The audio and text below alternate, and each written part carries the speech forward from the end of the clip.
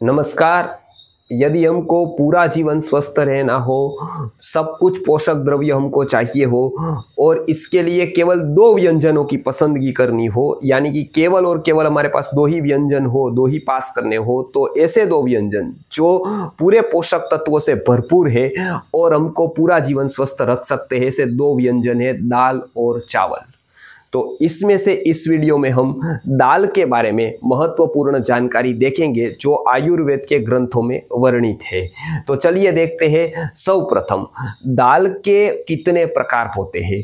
तो आयुर्वेद में वर्णित विविध प्रकार की दालों का वर्णन है। आपको पता है दाल एक शमी धान्य है जिसको आयुर्वेद में शमी धान्य कहा जाता है, मतलब जिसके दो सरीखे भाग हो सकते हैं, टुकड़े हो सकते हैं, जिसको हम हिंदी में दलहन कहते हैं। आयुर्वेद में सर्वप्रथम स्रोत बताया है धान्य का, यानी कि शुक धान्य का, तृण धान्य का, उसको शुक धान्य कहते हैं।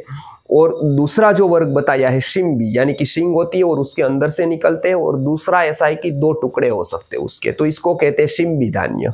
अब ये दो महत्व के सोर्स है। इसके लिए नंबर 1 पर शमी धान्य, नंबर 1 पर शुक धान्य, नंबर 2 पर शमी धान्य रखा है।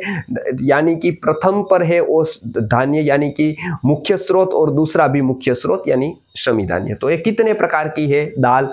तो सबसे प्रथम है मूंग दाल, उड़द दाल, दूसरे तुअर दाल, तीसरा यानी कि अरहर का, चौथा चना दाल, पांचवा मोठ का दाल, मसूर दाल, वाल का दाल और छोला का दाल। इस प्रकार की दालों का वर्णन आयुर्वेद के ग्रंथों में दिया गया है। अब दाल तो हो गई, मतलब दाल तो आ गई, समझ लिया हमने। अब उसको किस तरह से दाल को पकानी चाहिए, यानी कि दाल को किस तरह से बनानी चाहिए। तो प्राचीन ग्रंथों में जो वर्णन मिलता है दाल बनाने की विधि का, तो वो हम पहले समझेंगे किस प्रकार से दाल को बनानी चाहिए। तो सर्वप्रथम देखते हैं कि दाल सूप, ऐसे पहले दो विभाग समझ दीजिए, एक है दाल सूप और एक दाल तड़का। अभी जो हम बना रहे हैं घर में, वो है दाल तड़का, छोंक लगाकर जो बना रहे हैं। और ये जो दाल सूप है वो भी आजकल हम सूप बना रहे हैं ना, उस प्रकार से जो बनता है छोंक बिना का, उसको दाल सूप कहते हैं। साधारणता से जो जैन लोग, मतलब जो कुछ तप करते हैं, इसमें कुछ आहार लेते हैं, वो ये दाल सूप होता है। या कोई तपश्चर्या करता है, उपवास करता है, इस प्रकार का विभिन्न धर्मशास्त्र के अनुसार जो ज्यादातर बताया गया है वो इस प्रकार का दाल सूप है। और घर में जो हम बनाते हैं वो दाल तड़का है। अब देखते हैं दोनों में फर्क क्या है। सर्वप्रथम दाल सूप जो बनाते हैं उसकी विधि का सुंदर रीति से वर्णन भाव प्रकाश नामक ग्रंथ में मिलता है। उसमें बताया गया है कि दाल में पानी मिलाकर धीमी आंच में आग पर पकाए, जैसे हम पकाते हैं वो, उसमें नमक, अदरक, हींग आदि मसाले थोड़े, मतलब उसके प्रमाण अनुसार डालेंगे, और वो जो बन गया वो हो गया दाल सूप। इसमें छोंक नहीं देना है, तेल का उपयोग नहीं है, बराबर है। तो ये हो गया दाल सूप। अब दूसरी विधि हम देखते हैं दाल तड़का। तो प्रमाणसल तेल को पहले गर्म करते हैं, बराबर है, गर्म करके उसमें सरसों, मेथी, हींग के तड़का लगाते हैं। उसमें नमक, हल्दी, मिर्च, जीरा इत्यादि जो विभिन्न प्रकार के मसाले हैं, तेज पत्ता इत्यादि, तो वो डालते हैं। और उसके बाद जो दाल बनाई जाती है छोंक लगाकर, उसको कहते हैं दाल तड़का। ये समझिए। इसका वर्णन यहाँ पर विभिन्न ग्रंथों में ये भाव प्रकाश में मिलता है, और इसका वर्णन अलग अलग ग्रंथों में, जैसे नलपाक दर्पण में इसका वर्णन मिलता है दाल तड़का का, बराबर है। अब आयुर्वेद की दृष्टि से छिलके वाली जो दाल है वो पचने में हल्की है, क्योंकि उसमें फाइबर्स आते हैं, बराबर है। और बिना छिलके की जो दाल है वो पचने में भारी हो जाती है, बराबर है। तो दोनों प्रकार की दाल बताई है, लेकिन एक पचने में हल्की है और एक भारी है। इसमें भी हम देखते हैं प्रकार के अनुसार भी उसमें वर्णन दिया गया है। तो किस किस दाल के कितने कितने गुण है अलग अलग प्रकार के, उसका हम वर्णन देखते हैं। सबसे पहले नंबर पर देखते हैं मूंग दाल। आपको पता होगा कि जहां जहां पर शिंबी धान्यों का वर्णन आया, सबसे पहले मूंग को ही याद किया है। सबसे पहला क्रमांक सभी ग्रंथकारों ने, शास्त्रकारों ने मूंग का ही दिया है। ऐसा क्यों है? क्योंकि ये मूंग जो है वो बहुत ही पथ्य है, यानी कि रोज आप ले सकते हो उसको। रोज खाने की वस्तुओं में भी मूंग का वर्णन आया हुआ है, क्योंकि वो पचने में बहुत आसान है, सुपाच्य है, दस्तरोधी है, दाशामक कफ पित्त के जो दोष है उसको दूर करने वाला है, शीतल है, स्वादिष्ट है और आंखों के लिए चक्षुष्य है, यानी कि हितकारी है। तो मूंग का अद्भुत, बीमारी हो और उसके बाद कोई यदि स्वस्थ होना चाहता हो तो भी मूंग दाल का सेवन है। उपवास जिसने किया हो उसके बाद, उपवास के बाद पारना हो, उसमें भी मूंग का पानी है, मूंग दाल है। तो ये मूंग दाल का बहुत जगह पर रोल आता है। तो ये मूंग दाल बहुत ही उत्तम पथ्य दाल है, मतलब उसका रोज उपयोग करना चाहिए, बराबर है। आगे है उड़द की दाल, बराबर है। वो स्निग्ध है, गर्म है, वायु का नाश करने वाली, बलवर्धक, रुचिकारक, स्वादिष्ट है, मधुर है, अतृप्तिदायक है और वीर्यवर्धक है। इसके लिए देखने से ही समझ में आता है गृहस्थ लोगों को ये खानी चाहिए।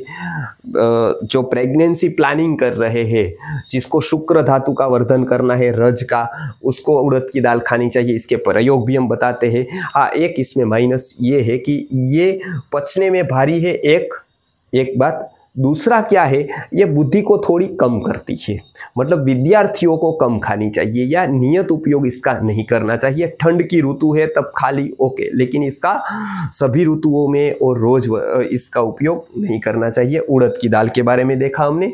अब देखते हैं तुअर की दाल यानी अरहर की दाल। तो उसमें वो रुचिकारक है, पचने में हल्की, जठराग्निवर्धक, कफ पित्त दोष शामक है, थोड़ी वायु करता है, विषनाशक है और रक्त विकार का नाश करती है वो, बराबर है। तो ये इतने गुण है। ये रुचिकारक होने के कारण आज जो दाल भात जनरल होते हैं उसमें यही दाल का प्रयोग पूरे के पूरे गुजरात में और महाराष्ट्र में होता है। इसी दाल का उपयोग होता है ज्यादातर, बराबर, क्योंकि वो रुचिकारक है, बहुत ही स्वादिष्ट है। तो ये तुअर की दाल का वर्णन। चना की दाल, वो तो पता ही आपको कि रुचिकर है, अति पाचक, बलवर्धक है, कफ पित्त दोष का शामक है, समन करती है, हल्की वायु करता है, रक्त के रोगों को दूर करने वाली चना की दाल है। इसको चना की दाल, मतलब चना जो है वो शक्तिदायक भी है और चने की दाल में भी ये गुण है। इसके लिए कभी कभी चने की दाल भी खानी चाहिए, मतलब हफ्ते में एक आध बार चने की दाल का भी उपयोग करना चाहिए। आगे हम देखते हैं मोठ की दाल। वो भी रुचिकारक, पाचक, नेत्रों के लिए हितकारी, पौष्टिक, बलवर्धक, वृष्य वीर्यवर्धक, कफ पित्त कफ और रक्त रोगों को दूर करने वाली होती है मोठ की दाल। मतलब हमने मूंग का देखा था, करीब करीब ऐसी ही ये मोठ की दाल है। मसूर की दाल जो प्रसिद्ध नहीं है लेकिन इसका वर्णन आता है, शीतल है, मधुर है, दस्त को रोकने वाली है, खास करके कफ पित्त और रक्त कुष्ठ रोगों को दूर करने वाली है, पचने में आसान है और रंग को निखारती। इसके लिए पता है आपको, कभी कभी ये मुहासे हो जाते हैं, उसमें मसूर की दाल का ही आटा करके उसको लगाना होता है। हाँ, मैं फिर से एक बात बताता हूँ, जो हम स्नान करते हैं ना, वो चने के आटे से नहीं करना है। बहुत लोग क्या करते हैं, चने के आटे से ही उपटन बना कर नहाते हैं। चने का आटा रुक्ष कर देता है चर्म को, इसके लिए स्किन के लिए लगानी है आपको, बहुत ही उत्तम उपटन बनाना है तो सबसे उत्तम जो कोई दाल है तो वो मसूर की दाल है। मुहासे के लिए जो कोई औषधि है, मसूर की दाल है।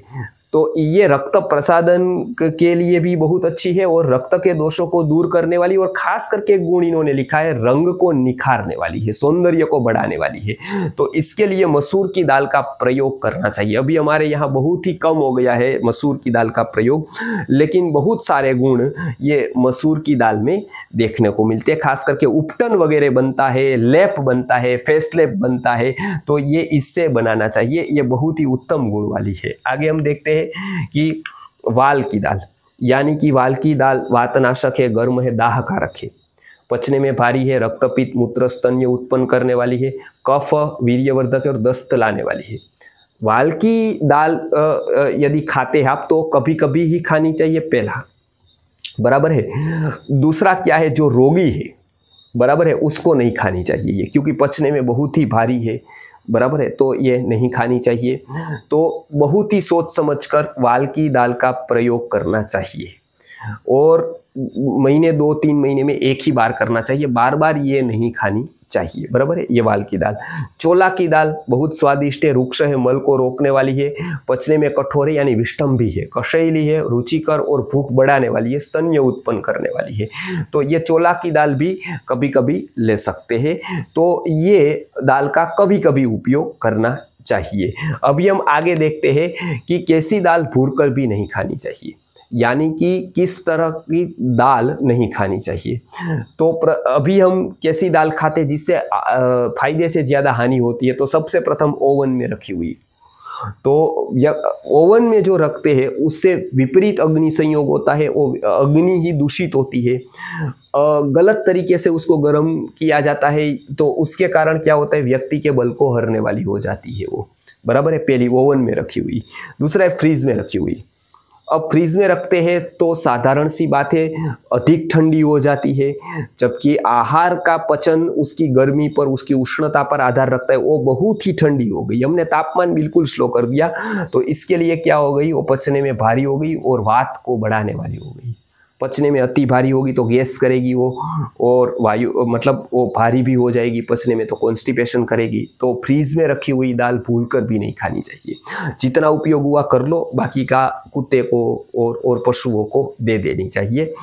तीसरा है वापस गर्म की हुई। अभी बहुत लोगों को ये आदत है कि पुरुष वर्ग है वो 1:30-2 बजे भोजन को आता है, महिलाएं है वो 12 बजे 11 बजे दाल करके रखती है, आए लोग भोजन में तो उसको वापस गर्म करके डाल देती है। तो ये कैसी होती है, पोषक तत्व रहित और त्रिदोष कारक हो जाती है ऐसी दाल। और मैं जो धार्मिक व्यक्ति है उसको मैं बताता हूँ, भगवत गीता में जो बताया है, यातयामम गतरसम पूति पर्युषितं च यत् उच्छिष्टमपि चामेद्यम भोजनम तामस प्रियम। तामस भोजन का वर्णन है, उसमें ऐसा भी भोजन तामस हो जाता है जो एक बार गर्म करके दूसरी बार गर्म किया हुआ हो, तो ऐसी दाल क्या हो जाती है, तामस भी हो जाती है। तो आप प्याज लहसुन को तो तामस मानते हो, लेकिन इसी का तो किसी को ज्ञान ही नहीं है। मैं बहुत सारी धार्मिक संस्थाओं में जाता हूँ, ये बात बताता हूँ तो बोल रहे हैं कि हमको तो ये पता ही नहीं है। दूसरी बार दाल गर्म करने से तामस हो जाती है, तो ऐसी दाल भूनकर भी नहीं खानी चाहिए।